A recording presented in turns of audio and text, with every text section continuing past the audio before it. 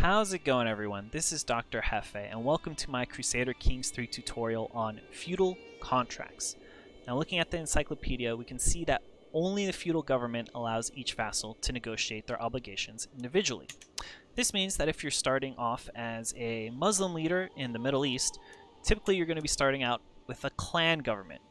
Different than feudal government, don't have to worry about feudal contracts. If you're starting off as a leader up in the Ukrainian region, typically these all start with the tribal government. Don't have to worry about feudal contracts. If you could play as a republic, which you currently can't, you also wouldn't have to worry about feudal contracts, and theocracies also don't have to worry about feudal contracts, but you don't have to worry about playing as the Pope. It's not allowed right now.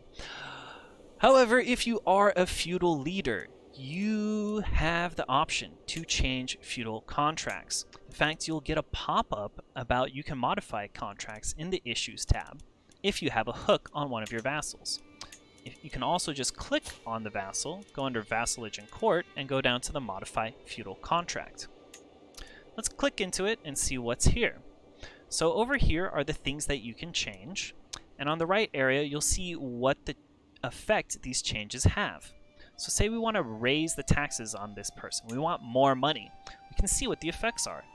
This person considers it an act of tyranny. Our subjects are going to lose 20 opinion of us. That's not good. However, we can also see that the tax has gone up from 0.2 to 0.3, and their opinion goes down, minus 15. Well, there is a way to offset some of these effects. In terms of tyranny, we can offset it by giving this vassal a positive change to their feudal contract.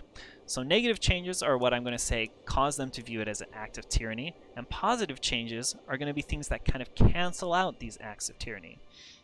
So a positive change would be going from normal to low, or high to normal, basically reducing the amount of taxes or levies. So we can say we want high taxes, low levies. Now they don't find it tyrannical that we change their contract. We can also see that the levies number has changed. Also, the amount of negative opinion has been lowered from negative 15 to negative 10. Another way that we can change this is through different rights that we can give them. So there's 5 what I'm calling positive rights that we can give, and 1 negative right, which is succession rights. So if we were to grant them fortification rights, now it's no longer tyrannical. This is something that you want to keep in mind if you want to avoid tyranny.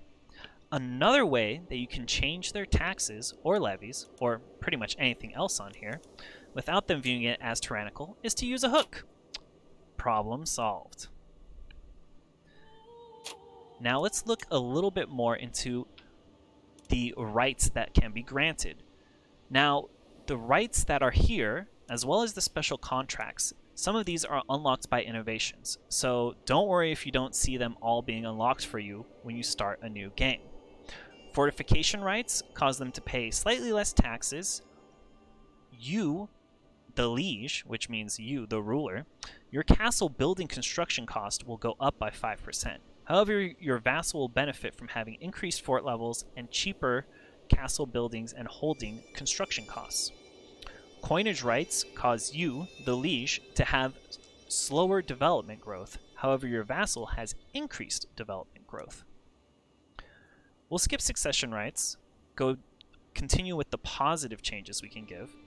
Sanctioned war declaration. If you have high or absolute law, this prevents your vassals from being able to wage war. High prevents them from waging war against other vassals, and absolute prevents them from waging war at all unless they have a hook on you, their liege.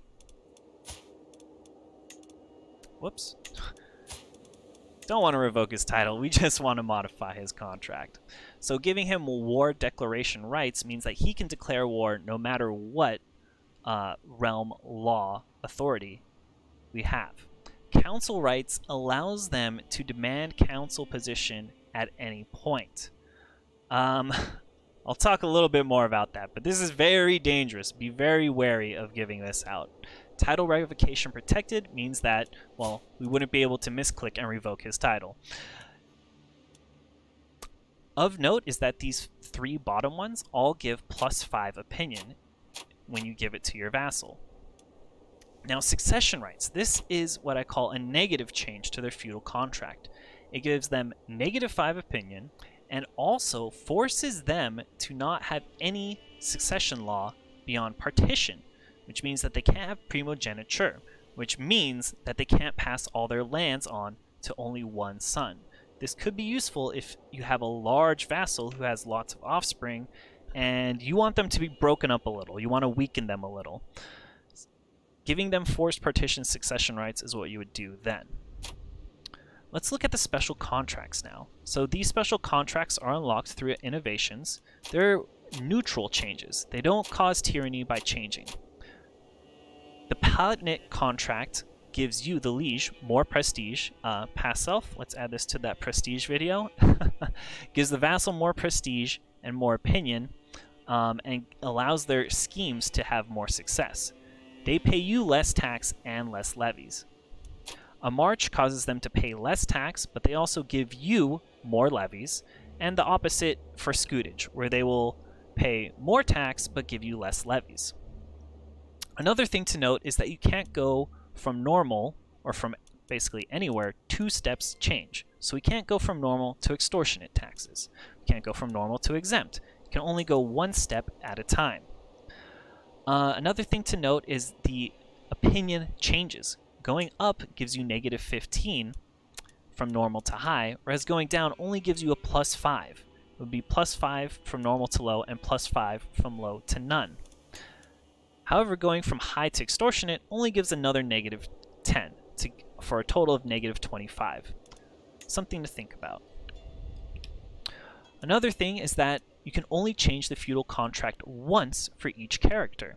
So that means that, say you become a new liege and you want to get a lot of bonuses, make their opinion high for while you're dealing with the short reign negative opinion modifier, you can't just later on jack them back up to high taxes and high levies. You have to wait until the character dies. Also of note is that these contracts continue on through the lifetime that this vassal is underneath you as a ruler. So vassal, I mean this title, so the Duchy of Moray. It wouldn't matter if this guy dies, his son would inherit the same contract. This is where council rights can be an issue. Say you give council rights in order to, get high taxes, but they have council rights, so it kind of balances out. And this guy is someone you want on your council. You're like, fine, whatever, I want you on my council. But if he dies and his loser son comes along who has horrible stats, they can demand a council position. You can't do anything about it. You're just basically going to have to change their contract. Another thing to note is that you can only make 3 changes at a time. You can't just go crazy, click on all the buttons. Nope, you cannot propose more than 3 changes at once. A nice feature of this contract is that you can see your symbol down here, the liege, my nice little dragon, and his symbol, 3 little stars. A very nice touch by Paradox here. Alright, I believe that's all that I wanted to say about contracts. I hope that you found this video informative, and as a feudal leader, you can use this to your benefit. And until next time, I hope that you do remember to take care of yourself.